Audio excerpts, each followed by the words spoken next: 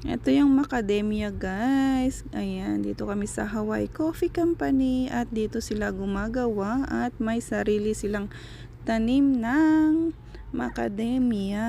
Ayan po yung nilalagay nila sa mga macadamia chocolates dito sa Hawaii. Ayan po yung kanyang puno.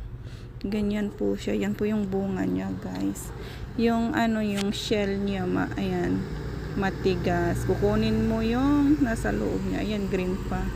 Nahulog na yung mga fruits. Ayan, pipick upin mo lang yun. Pupulutin mo. Tapos, ganyan siya. Ayan yung bunga, guys. Ayan yung puno. O, diba? Ayan, local siya. Ayan yung leaves naman niya. Ganyan lang siya guys. Ayan. Parang sa Pilipinas din yung tinatawag na salaysay. Ito yung sa store.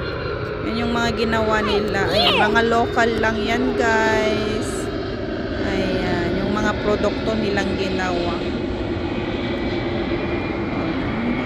Ayan, ang ingay naman ng aeroplano.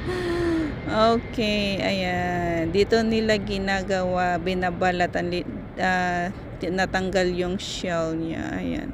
Yan yung mga pinulot na, kinuha na. Ayan, pwede na yan. At yung pancake.